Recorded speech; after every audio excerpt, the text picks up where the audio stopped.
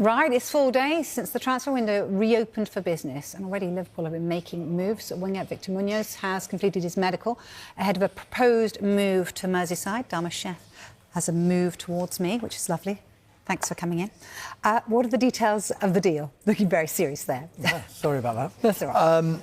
Listen, Antonio Iraola only got appointed 2 weeks ago, and they've already on the verge of making his first signing as the Liverpool head coach. Liverpool have triggered the £34.5 million release clause in the contract of the Osasuna winger Victor Muñoz. They'll pay the fee in 2 instalments and he'll sign a 6-year contract. Now, we do know that the problems associated and the difficulty associated with completing a deal while a World Cup is on.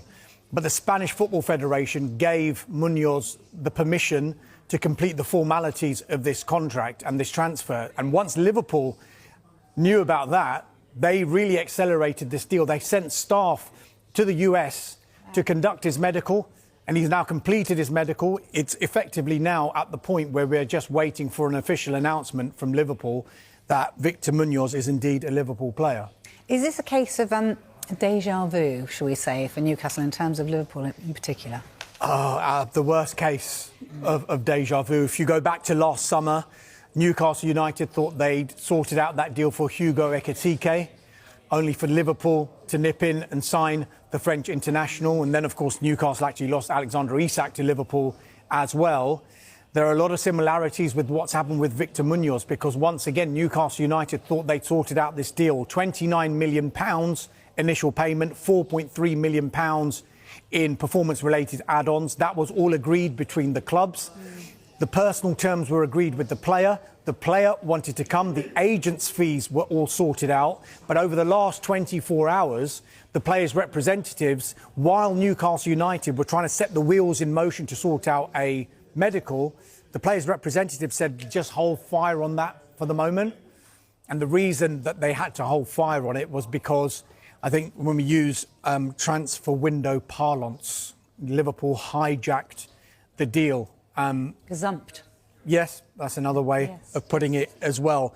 Newcastle United, no doubt now, are, well, licking their wounds back at St James's Park. The recruitment teams, the sporting directors, I'm sure, will all be having a meeting right now, not only to find out what went wrong and why this deal didn't get completed, but also what targets they're going to go for now on alternatives to Victor Muñoz. Yeah, I mean, on a serious level, it must be incredibly disappointing for Newcastle to have that happen to them again. What about Liverpool then? Let's go back to them. Any more wingers? Well, I think from the outset of this transfer window, I think it wasn't just one winger that Liverpool wanted to bring in, because remember, they've got a Mohamed Salah-sized hole in that squad. And, you know, maybe not over last season, but over the piece, what he did for Liverpool is going to be very, very hard to replace. The one name that will not go away, but it's not just Liverpool, is Yan Diomande, the RB Leipzig winger. Ivory Coast international, impressed, didn't he, in the World Cup opener against Ecuador. But 19 years old, a lot of European football's top clubs are interested in Diomande. That's what would make this deal very, very difficult to do. The other thing that would make it difficult is that RB Leipzig do not want to sell, and in fact they are in the process of trying to tie him down to a new longer-term contract. But if they were to sell, and it's a big if, I think the valuation for Diomande is upwards of £86 million. So there are a few obstacles in the way, but make no mistake about it, Liverpool do have an interest in the player, and if there is an opportunity to try and sign him, I think they will try and take it. OK, yeah, like you say, lots of people looking at him, though, isn't there? What about Arsenal, then? Is this going to be a busy window for them, do you think? I think so. Yeah? I think so. I think a comparison can be made between what happened last summer and what is potentially going to happen this summer for Arsenal. If you go back to last summer, they spent £250 million on transfers. You could actually call that £300 million because the Piero Hincapié deal was a loan with an obligation to buy for around £45 million, which will get triggered at some point if it hasn't been already. But what was interesting about their summer spend last summer was that they kept their existing squad together. There weren't very many departures at all at Arsenal. This summer, I think we're going to see a different approach in that they still want to be involved in trying to sign some of European football's biggest names. We know Morgan Rogers is a big target of theirs. Bouadi, who impressed so much for Morocco against Brazil, he's one of a number of midfielders that they're looking at. But I think this time there will be departures at Arsenal as well. And I've been told that there could be a key player departing, and make of that what you will. I think the names we need to kind of look at. Ben White is a player that we need to keep an eye on, whether he will stay at Arsenal or not, because there is interest in Ben White.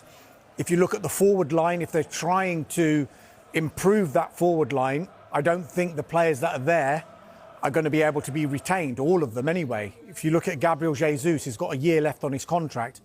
He's not getting much first-team action. His game time has been limited. I think Arsenal would look at offers of between 18 to 20 million pounds in this transfer window for Jesus.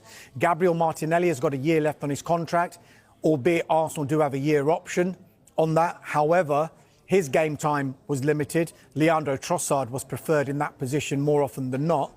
And Leandro Trossard himself, he's going to turn 32 in December, and he's into the final year of his contract. Would Arsenal consider offers for him if a good enough offer was to come in? Then you look at Christian Norgard, came from Brentford. He's only started one Premier League game. Will he be available for transfer? And the other interesting one is a player who only signed a new contract at the club less than a year ago in Ethan Nwaneri. But he spent the second half of last season on loan at Marseille.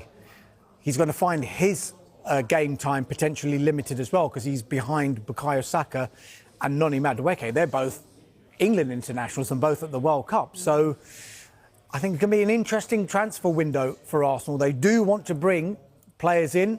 They do want to build on what they did last season. They won the title. Mikel Arteta says he needs to reinvent himself, and he wants to get players in quickly and efficiently.